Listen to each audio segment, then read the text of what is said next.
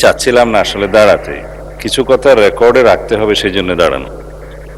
মাননীয় আইনমন্ত্রী স্পষ্ট করেই মাননীয় লিডার অব দি হাউসের সাথে আলোচনা করেই তখন সেই প্রস্তাবটা দিয়েছে যে জুলাই স্মৃতি জাদুঘর সম্পর্কে মাননীয় বিরোধী দলীয় চিফ হুইপ এবং অন্যান্য মাননীয় সদস্যরা যে আপত্তিটা তুলেছেন সেই বিষয়টা উনি এক্সপ্লেন করেছেন, যেটা সরকারের পক্ষ থেকে অ্যামেন্ডমেন্ট না, এটা একজন প্রাইভেট মেম্বার হিসেবে একটা অ্যামেন্ডমেন্ট দিয়েছে। সেই অ্যামেন্ডমেন্টের উপরে ওনারা বক্তব্য রেখেছেন, এই পক্ষে আইনমন্ত্রীর বক্তব্য রেখেছে, কনসার্ন মিনিস্টার বক্তব্য রেখেছে, পাশ হয়েছে। তারপরেও আপনার কাছে যেহেতু মাননীয় বিরোধী দলীয় নেতা এবং অন্যান্য সদস্যগণ আপত্তি তুলেছেন, এই জুলাই স্মৃতি জাদুঘর আমি নিজে এবং মাননীয় বিরোধী দলীয় নেতা প্রফেসর ডক্টর ইউনূস, মাননীয় প্রাক্তন সাবেক প্রধান উপদেষ্টা সহ দেখতে গিয়েছিলাম।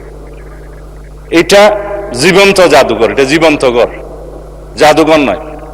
বাংলাদেশের ছাত্র গণ অভ্যুত্থানের প্রতীক হিসাবে ভবিষ্যতে যাতে কোনো শাসক শ্রেণী স্বৈর শাসক না হয়ে উঠতে পারে সেটার জন্য এটার প্রতীক হিসাবে থাকবে, সেটাকে আমরা ধারণ করতে চাই। মাননীয় স্পিকার, মানে প্রধানমন্ত্রী সম্মতি দিয়েছেন, সেটা আনুষ্ঠানিকভাবে উদ্বোধন করতে যাবেন।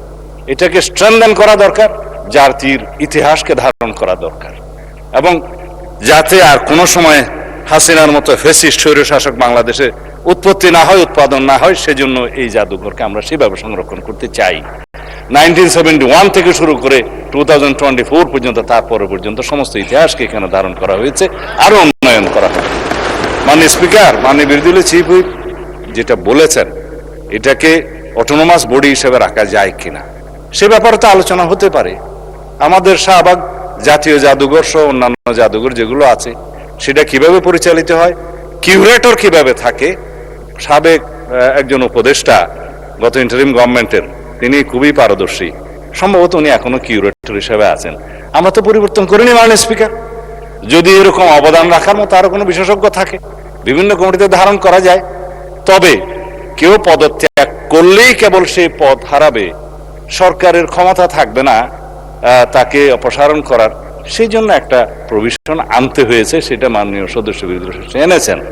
আর সরকারের কাছে যেটা নিয়ন্ত্রণ কর্তৃপক্ষ হিসেবে থাকে, সেটা সমস্ত কর্তৃপক্ষের কাছে সেরকম থাকে। আর দল তো মাননীয় স্পিকার, বিরোধী দল সরকারি দল তো রাজনৈতিক দল, এবং রাজনৈতিক দলের সরকার পলিটিক্যাল গভর্নমেন্ট এস্টাবলিশ করার জন্যই তো আমরা ছাত্র গণ অভ্যুত্থান করেছি, ভোটের অধিকার প্রতিষ্ঠা করেছি। এখন পলিটিক্যাল গভর্নমেন্টের যদি নিয়ন্ত্রণ মন্ত্রণালয়ের অধিদপ্তর এবং সংস্থার মধ্যে না থাকে, তাহলে নিয়ন্ত্রণটা করবে কে? সেই জন্য আলাপ আলোচনা করে নিয়ন্ত্রণকারী কর্তৃপক্ষ এবং ভবিষ্যতে এটা বিকাশের জন্য, উন্নয়নের জন্য আমরা কিভাবে কি করতে পারি আলাপ আলোচনা করে পুনরায় একটা বিল যদি প্রয়োজন হয় সবাই মিলে আনবো। সেখানে আমরা বিরোধী দলের যে সমস্ত প্রস্তাব দিয়েছে সেগুলো আমরা ধারণ করতে পারি, এই প্রস্তাবই তো দিয়েছে এই সংসদে। দ্বিতীয় হলো মাননীয় স্পিকার, কার্য উপদেষ্টা কমিটিতে আলোচনা হয়, সংসদ কতদিন চলবে, কিভাবে চলবে, কি কি বিজনেস এখানে আলোচনা হবে ইত্যাদি, সেটা আপনি করেছেন, আপনি সভাপতি।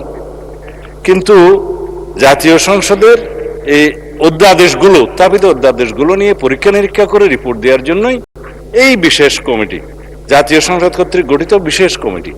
এখানে স্পষ্টতই কয়েকটা ভাগে সুপারিশ করা হয়েছে, যেটা আইনমন্ত্রী বললেন 16টা অধ্যাদেশের ব্যাপারে এখানে বলা হয়েছে এখনই বিল আকার উত্থাপন না করে যাচাই বাছাই করে অধিকতর শক্তিশালী করে নতুন বিল উত্থাপনের বিষয়ে সুপারিশ করা হয়েছে, এমন 16টি বিল। তার মধ্যে উনি যেটা বললেন যে দুদক, সেটা এখানে আছে, মানবাধিকার কমিশন আছে, অথচ এগুলো নিয়ে আলাপ আলোচনার যথেষ্ট সময় আপনি দিয়েছেন। এবং এইখানে আপনি দেখবেন তিনি যেভাবে বললেন যে গুম প্রতিরোধ ইত্যাদি বিষয়ে ওনারা নোট অফ ডিসেন্ট দিয়েছেন, সেই নোট অফ ডিসেন্ট বিষয়ে কথাও হয়েছে।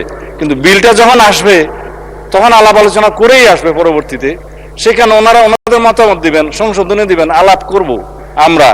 গুম আইন, মানবাধিকার কমিশন আইন এবং প্রয়োজনে আইসিটি অ্যাক্টকে আরো বেশি শক্তিশালী করা হবে সবাই আলোচনার ভিত্তিতে। এই কথাগুলো আমরা এখানে প্রতিশ্রুতি দিচ্ছি, আলাপ আলোচনা করছি। সময় আছে মাননীয় স্পিকার, এখন বাজে 7:30, রাত 12টার সময় 30 দিনের সময়সীমা পার হবে। এই অর্ডিন্যান্স গুলোর ভাগ্য নির্ধারণ হবে তার মধ্যে দিয়ে। এখন যদি এই যে বিশেষ কমিটির রিপোর্ট ওনাদের সামনেও আছে, এখন যদি এই বিষয়ে ওনারা ডিফার করতে চান, এটাকে মাননীয় স্পিকার সংসদীয় আচরণ হবে। ধন্যবাদ মাননীয় স্পিকার।